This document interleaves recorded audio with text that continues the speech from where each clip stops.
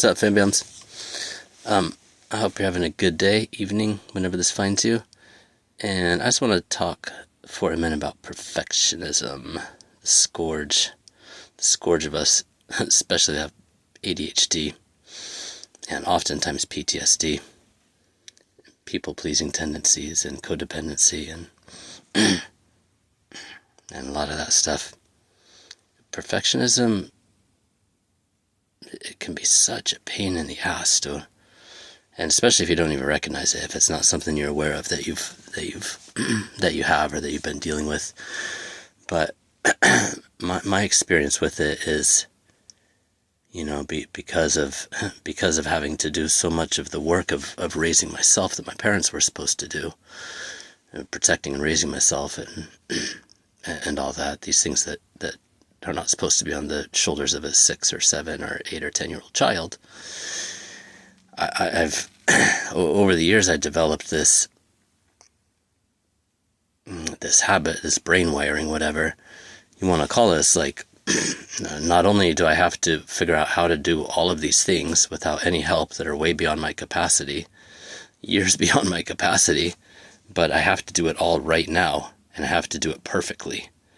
Because when you're a child and there's abuse or neglect going on, your brain is trying to keep you alive. It's trying to figure out how to survive, and elements of this. If you're in a chaotic environment, you have to both avoid pissing off the parent or the parental figure, which for many of us, you had no way of knowing how to do that or when or what or why, how it was going to happen. You knew that they were a volcano that could erupt at any moment. So you're trying to figure out how to not set off that anger.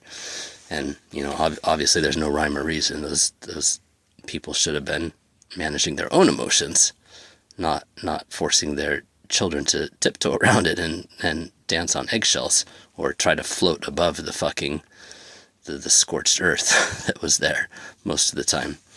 It was always smoking and simmering, warning of the next explosion. So you're trying to just survive by not setting the parent off and by not causing a fucking eruption, an explosion. And at the same time, you need this parent to give you instructions or to help you do things like cooking and living and other, basic human functions that parents are supposed to do for children. And so, having these two dynamics at the same time, they're impossible for any child to figure out and manage. Is totally inappropriate, but we had to. So you're trying not to piss the parent off and trying to access them for survival needs, and so from what I've seen and many people I've met that have trauma, it's this constant fucking dance. And then this will invariably carry on into our adult relationships, especially like at workplaces, with employers and stuff like that. You're trying not to piss them off. You don't want to ask the wrong questions, or you're worried that anything, if you haven't experienced healthy relationships in the meantime, you're just like, anything could cause this situation to explode and melt down, or anything that I say could cause this person to fucking leave and turn their back on me, or blow up on me, or become physically violent, or anything. So it's like you're in this bind. You're in this constant bind of like, I have to do this thing. I have to do it perfectly, and I don't know how to do it. And the person that could help me to know how to do it, or if it's in a relationship, it's like the person I could ask, how are we going to navigate this situation? Or if you're in the workplace environment, it's like, hey boss, or hey manager, I'm like, this is unfamiliar territory. Could you, could we like work on this together? You're like, you don't want to. It's not that you don't want to say anything. It's that you've, when it's severe, you feel like you physically can't say anything because your neural wiring, is literally like. It's at a crossroads with that. It's opposed to that, and obviously this creates some problems in daily living and in existing and functioning. but I've noticed a lot of people, even, with ADHD, and not having a lot of experience with people on the autism spectrum, but from what I've heard from some people, it can be a thing as well. Definitely with codependence and trauma and PTSD and complex PTSD, it's almost universal. And this drive to perfectionism, sometimes if it's channeled, if we learn how to channel it in like a safe enough environment or with safe enough people, it can be a little bit of a superpower. But it usually backfires and burns us out over time. And ultimately, it's not a stress that any of us should be dealing with.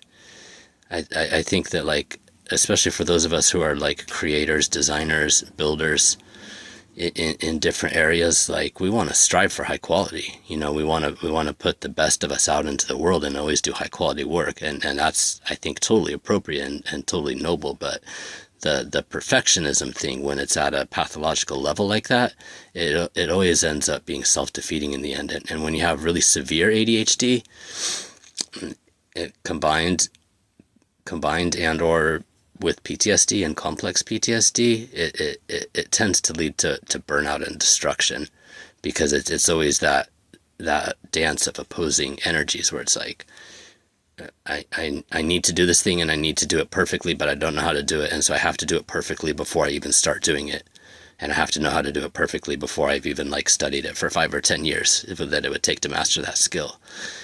So it gets into this loop, and then oftentimes the anxiety, depression, if you've dealt with any of this other kind of stuff, these things just build. They build and build and build on each other from the stress of, like, what it comes down to is that we didn't have our needs met in childhood, oftentimes. And so it's just like, it's really tough, man. It's really tough. And if you have that, if you've had that tendency, it's helpful to recognize it for what it is. It's not a character defect. It's not a flaw. It's a survival mechanism, and it might not be working anymore, and maybe it never worked. But just recognizing it for what it is, and doing good therapy and trauma therapy and work like that can be super, super useful. But hats off if you've been dealing with the perfectionism / people pleasing and related issues, because Jesus Christ, it's a tough one to bear. It's a tough one to bear, especially if you've had your worst fears confirmed in multiple situations, and had people explode or turn their back on you and stuff when you're trying to get clarity, and when you're trying to communicate and figure shit out so that you can get your needs met, and so that you can do whatever it is that you need to do in that scenario, whether it's work or a personal connection or whatever. Because that perfectionism, dude, in the long run, it just generates. And I'm not talking about striving. I mentioned this. I'm not talking about like striving to produce only the highest quality work, especially if you're like an artisan or a craftsperson. That's appropriate. But when it crosses a certain threshold, and when it's like the stress and anxiety and everything just builds up so much that you feel like you have to get things perfect on the very first time, or you don't even start them. And then if you combine that with like ADHD in the background, that's like pushing all this energy up and in the direction of doing all these things, and you have 5 or 10 or 20 or 50 different things that you want to do and that you're passionate about and that you can do, but you need a little bit of help with, at the outset with whatever it is, and then none of them get started, or you start them on your own because you have a vision, and you're like, yes, I can do this. Because many of us ADDers, like, we have a lot of passion, we have a lot of vision, we have a lot of creative abilities, but you can end up having so many different things because of your neural wiring, where you start 5, 10, 20, 30, 50 different projects, and then all of them just kind of get dropped in random places along the way or throughout the day. as the case may be. But yeah, this is a pattern I've had over the years, and I've released big time in the past year and a half. I got to a place where I was just on like, just in survival mode, and the universe forced me to slow down and put all this stuff down. So it was like, well, it is what it is. This is where we're at, and I got to reflect on and learn about a lot of these patterns from my childhood. So if you got that perfectionism at the level where it's